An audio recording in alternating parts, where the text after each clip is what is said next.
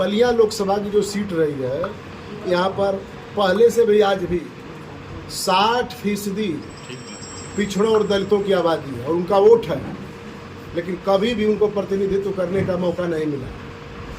कुछ सामंतवादी व्यवस्था के लोगों ने इस बलिया की सीट पर राज किया और आज एक बैकवर्ड समाज का बेटा यहाँ पर खड़ा हुआ है और बहुजन समाज पार्टी यहाँ पर चुनाव जीतने जा रही है। उनके पेट में दर्द होना शुरू हो गया है। वह यह चाहते हैं कि साजिश और षड्यंत्र के तहत इनको बदनाम किया जाए, अफवाह उड़ा करके, और इनको किसी तरह बैक किया जाए ताकि हम लोग सरलता से जो है चुनाव यहाँ से जीत सकें। यही सिर्फ उनका मकसद है।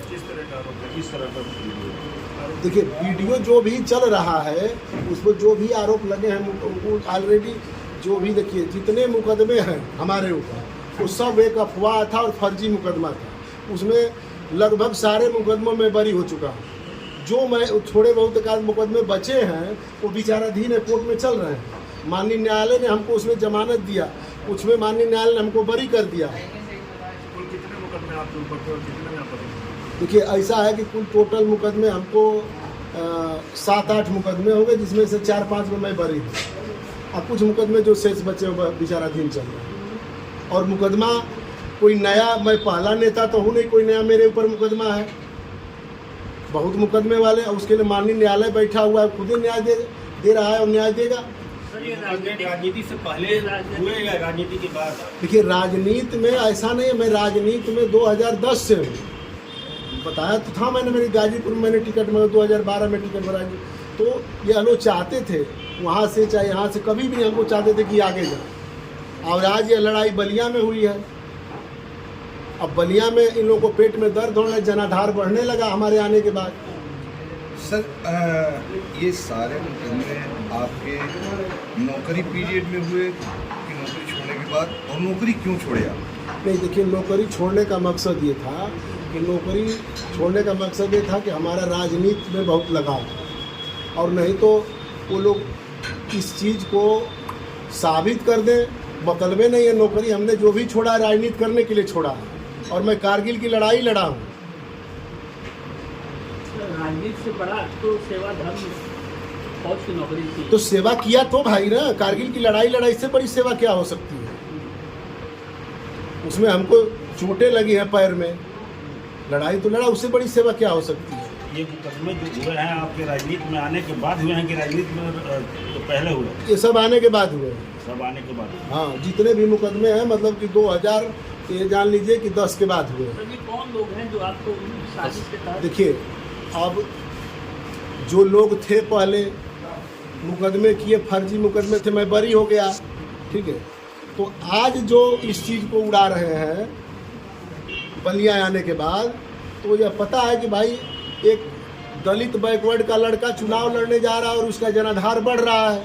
चुनाव वो लोग हारने जा रहे हैं। बहुजन समाज पार्टी आज जीत रहे। जो पार्टी पीडीए का नारा दे रही थी, वो कहीं से पीडीए कहीं से उसके पार्टी में लड़ता हुआ दिखाई दे रहा है।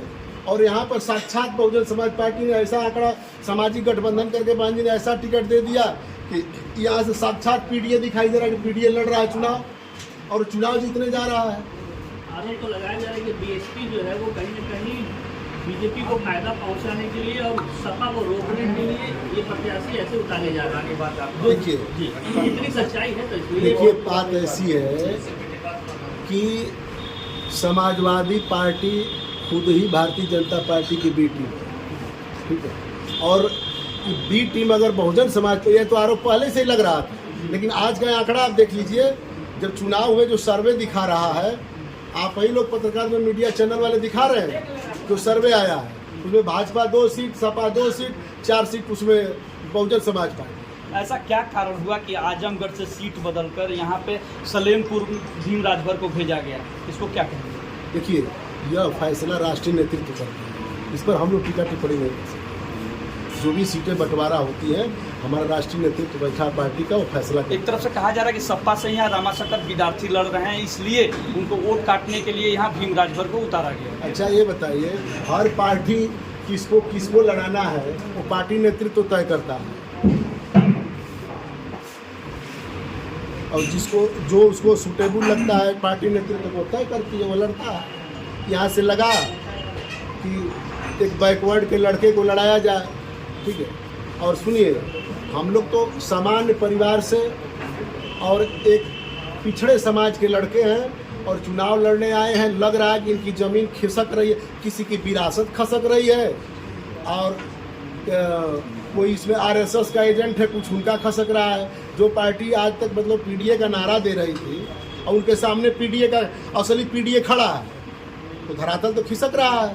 बलिया समाजवादियों का गढ़ भी है और दोनों जो दल हैं, चाहे वो नीरज शेखर हो या सनातन पांडे हो, अपने आप को एक सबसे बड़े समाजवादी के तौर पर साबित करने में लगे हैं। इन समाजवादियों के गढ़ में आप क्या लगता है कि आप कहाँ खड़े हैं इस समाजवादियों के गढ़ में? एक चीज़ जान लीजिए, ये समाजवादी असली समाजवादी है ये नहीं। समाजवादी कहाँ है? वो तो समाजवादी का वो चोला पहने हैं, ठीक है, और चोला पहन करके रंग करके अपने को चोला पहन करके घूम रहे हैं लोगों के बीच में। असली पीडीए और असली पिछड़े का बेटा, और जहाँ पर 60% जिसका वोट है, वो आज तक उसको प्रतिनिधित्व करने का मौका नहीं मिला। और वो लग रहा है कि 2024 में बहुजन समाज पार्टी के कैंडिडेट लल्लन यादव को मौका मिलने जा रहा है।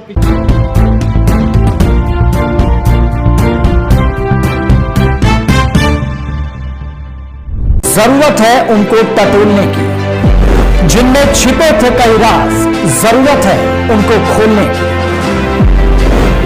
जख्मों की डोर से घटनाओं के शोर तक, किसी को अपनों की तलाश, अब होगा राज का पर्दाफाश, क्योंकि हम लेंगे खबरों की खबर।